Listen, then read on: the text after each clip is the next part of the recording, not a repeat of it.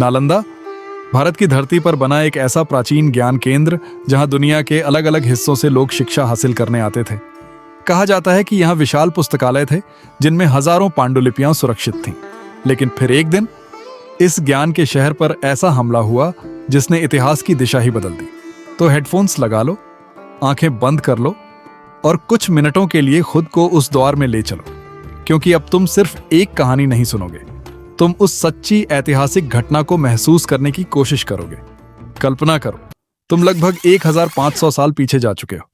तुम भारत की उस धरती पर खड़े हो जहां दूर दूर से विद्यार्थी ज्ञान हासिल करने आते हैं। तुम्हारे सामने एक विशाल परिसर है, चारों तरफ विद्वान हैं, विद्यार्थी हैं, भिक्षु हैं और हर तरफ एक ही चीज की तलाश है, ज्ञान। यह है नालंदा। उस समय जब दुनिया के बहुत से हिस्सों में शिक्षा कुछ गिने चुने लोगों तक सीमित थी, नालंदा में हजारों विद्यार्थी अध्ययन कर रहे थे। यहाँ दर्शन पढ़ाया जाता था, व्याकरण पढ़ाया जाता था, चिकित्सा पढ़ाई जाती थी, गणित पढ़ाया जाता था, खगोल विज्ञान पढ़ाया जाता था और सबसे महत्वपूर्ण, यहाँ सवाल पूछना सिखाया जाता था।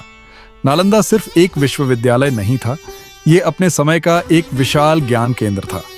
दूर चीन से यात्री यहाँ पहुंचे, तिब्बत से लोग यहाँ आए, कोरिया और दूसरे क्षेत्रों से भी विद्यार्थी और विद्वान भारत पहुंचे। उनके लिए नालंदा सिर्फ एक जगह नहीं, ज्ञान की एक दुनिया थी और उस दुनिया का सबसे अनमोल हिस्सा था उसका पुस्तकालय। आज हमारे पास किसी किताब की हजारों डिजिटल कॉपियां हो सकती हैं, लेकिन उस समय एक किताब को सुरक्षित रखना बेहद कठिन था। एक पांडुलिपि हाथ से लिखी जाती थी, उसे तैयार करने में महीनों, कभी कभी वर्षों तक का समय लग सकता था। इसलिए एक पांडुलिपि सिर्फ कुछ पन्ने नहीं थी, वह किसी विद्वान के जीवन भर का ज्ञान हो सकती थी, किसी सभ्यता की स्मृति हो सकती थी, किसी ऐसी खोज का रिकॉर्ड हो सकती थी जिसके बारे में आज हम कुछ नहीं जानते। और फिर 12वीं सदी का दौर आता है। भारत के कई हिस्सों में राजनीतिक संघर्ष बढ़ रहे थे। इसी उथल पुथल के बीच बख्तियार खिलजी की सेनाएं बिहार के क्षेत्र में पहुंची और नालंदा भी उस विनाश से बच नहीं सका। सोचो, जिस जगह पर कुछ समय पहले तक विद्यार्थी पढ़ रहे थे, जहां विद्वान बहस कर रहे थे, जहां सदियों से ज्ञान जमा किया जा रहा था, वहीं अब सब कुछ बदल चुका था। लोग भाग रहे थे, इमारतें नष्ट हो रही थीं और पुस्तकालयों में रखी पांडुलिपियां एक एक करके इतिहास का हिस्सा बनती जा रही थीं। लोकप्रिय कहानी कहती है कि नालंदा की लाइब्रेरी महीनों तक जलती रही, लेकिन इतिहासकारों के बीच इस दावे को लेकर निश्चित प्रमाण नहीं है। असल सच्चाई शायद इससे भी ज्यादा जटिल है। नालंदा का पतन केवल एक आग या एक हमले से नहीं हुआ था।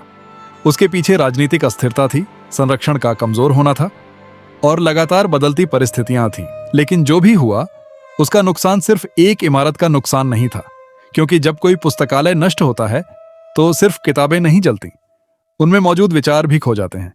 उन सवालों के जवाब खो जाते हैं जिन्हें शायद आने वाली पीढ़ियां पूछने वाली थीं। उन खोजों के निशान खो जाते हैं जिनके बारे में हमें आज शायद पता भी नहीं। और शायद यही नालंदा की कहानी का सबसे दर्दनाक हिस्सा है।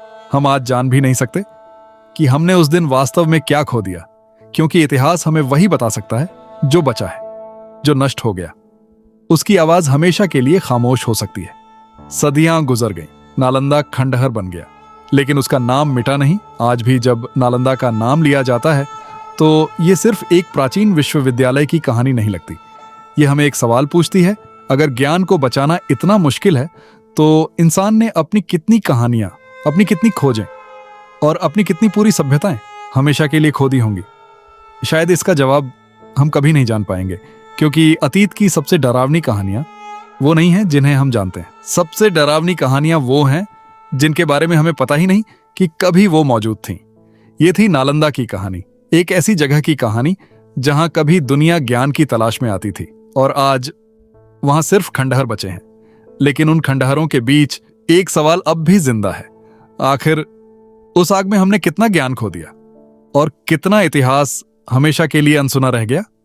यही है भूला हुआ इतिहास।